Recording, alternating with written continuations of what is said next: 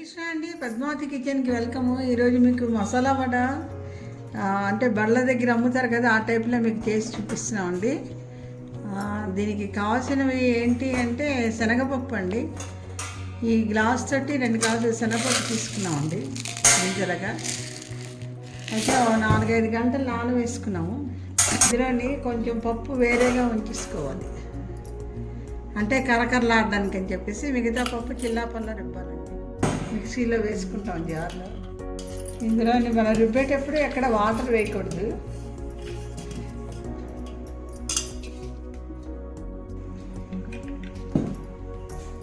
ఇక ఇంత పప్పు ఉంచేసే నేను అది ఆ పప్పు అలా కలుపుతాం అందులో. దీనికి కావాల్సినవి ఏంటి అంటే, దీనికి రుచికి సరిపడా ఉప్పు వేసుకుంటాం. కొంచెం వేస్తాను, 1 చెంచాడు అనుకోండి ఉప్పు. తర్వాత ఇందులో కావాల్సినవి ఏంటంటే 2 ఎండుమిరపకాయలు, అలాగే కొంచెం చిన్న అల్లం ముక్క వేసుకోవాలి, కొత్తిమీర, క్యాబేజీ కొంచెం తరగండి, చెక్కులా తరగొచ్చు లేదా పొడవుగా తరగొచ్చు, కొంచెం కరివేపాకు, కొంచెం పుదీనా, అలాగే కొంచెం రైస్ ఫ్లోర్ 2 స్పూన్స్ వేస్తే మీకు క్రిస్పీగా వస్తాయి. ఇందులో కొంచెం వాము వేసి తిప్పిస్తే ఫ్లేవర్ బాగుంటుంది. అంటే కడుపు నొప్పి గట్ట రాకుండా వాము దీనికి తనకది మాత్రం వేస్తున్నాను. ఇందులో ఏంటంటే వితౌట్ వాటర్, ఈ తడిపప్పుకి ఉన్న దీంతో మనం చిల్లాపల్లా రుబ్బాలి. ఇది కూడా మరీ మెత్తగా రుబ్బకూడదు. రుబ్బిన తర్వాత ఇప్పుడు ఇవన్నీ కలపాలి. చిన్న అల్లం ముక్క కోస్తాను, ఇంకోటండి ఈ మాత్రం అల్లం ముక్క వేస్తున్నాను. ఇది మిక్సీ తిప్పిస్తాను. ఇంకోటండి ఇలా చిల్లాపల్లా రుబ్బాను చూడండి. ఇప్పుడు దీనిలోని పచ్చిమిరపకాయలు 2 చాపుడు, అంటే బాగా సన్నగా తరిగేది. ఇంకోటండి కొత్తిమీర,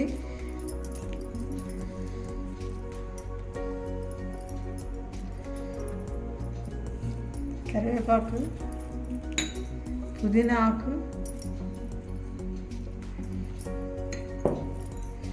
కొంచెం బాగా అది చెక్కులా తరుక్కున్న క్యాబేజీ, ఇంకా మీకు కావాలంటే పొడవు కూడా తరగచ్చు.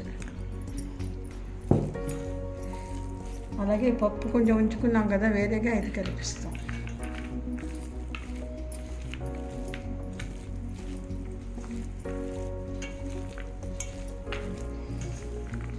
మీకు ఇంకా స్పైసీగా కావాలంటే ఇందులో కొంచెం మీరు ఎండుకారం కూడా వేసుకోవచ్చు.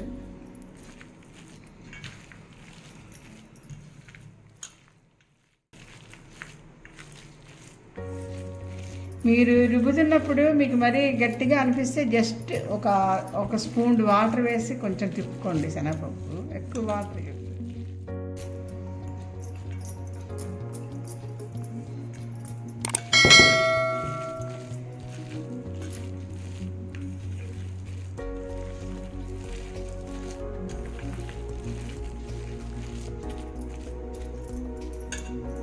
అంతేనండి. ఇందులోని ఒక స్పూనుడు రైస్ ఫ్లోర్ వేయచ్చు, వేస్తే మీకు ఇంకా క్రిస్పీగా వస్తుంది.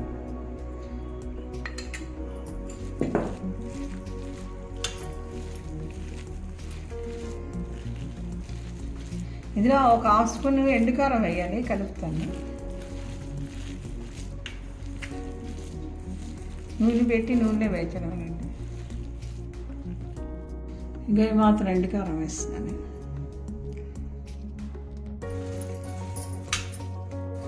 ఇలా నూనె మరిగిందండి, మరిగిందో లేదో తెలుస్తుంది కదా. ఇది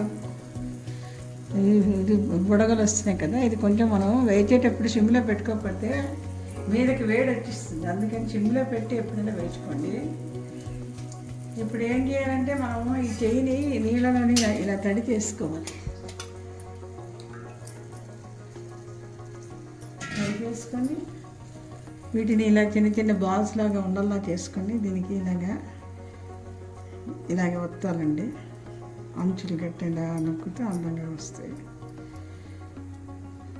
ఇలా ఒక్కొక్కటి వేసేసుకోవాలి.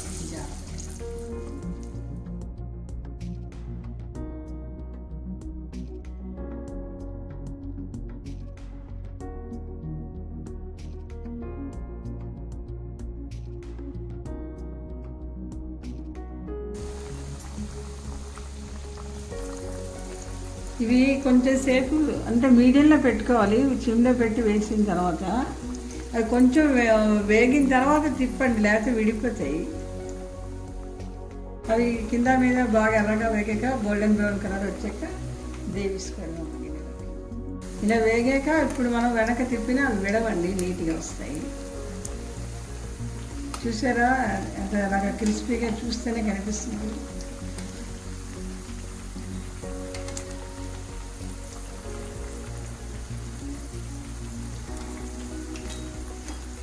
ఇది మరో 2 నిమిషాలు కుక్ అయితే లోపల మరి ఇంకెక్కడ పచ్చి ఉంటుంది.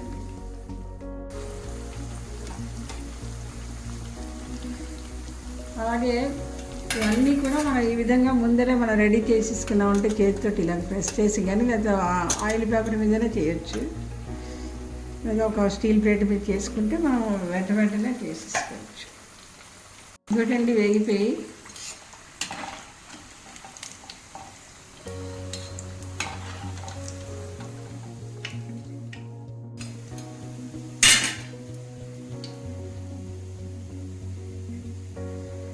ఇలా జాలిదాలో వేసుకుంటే నూనె ఏదైనా ఉంటే అందులో పెట్టండి.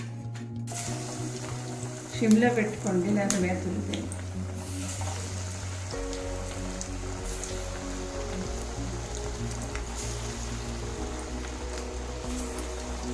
ఇవి వేడివేడిగా తింటే బాగుంటాయి.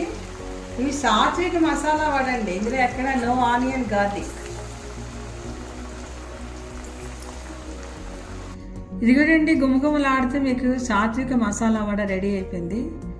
ఇందులోని ఆనియన్ గార్లిక్ వేయకుండా ఓన్లీ క్యాబేజీ తురుము వేసాము. అది మీరు పొడవుగా తరుక్కోవచ్చు, లేదా చిన్నగా తరుక్కోవచ్చు. ఇవి మీరు ఇప్పుడు పండుగకి కొత్త అల్లుళ్ళు కొత్త కోడళ్ళు వస్తారు కదండి, మీకు సాయంత్రం స్నాక్ కింద చేయొచ్చు. చాలా ఈజీగా చేయొచ్చు. మీరు పప్పు నానేయడం ఒక్కటే మీకు తర్వాయి. పప్పు నానిందా మీకు మసాలా వడ రెడీ అయిపోయినట్టే. ఇక చూడండి, ఇలా విరిపితే చూడండి ఎంత గట్టిగా వచ్చాయో, సౌండ్ వస్తుంది చూసారా, ఎంత క్రిస్పీగా వచ్చాయో. చాలా బాగుంటాయండి ఇవి సాయంత్రం పూట. హరే కృష్ణ అండి. మీరు కూడా తప్పకుండా సపోర్ట్ చేసి సబ్స్క్రైబ్ చేసి అందరికీ కూడా దీన్ని షేర్ చేస్తారనుకుంటున్నామండి. హరే కృష్ణ.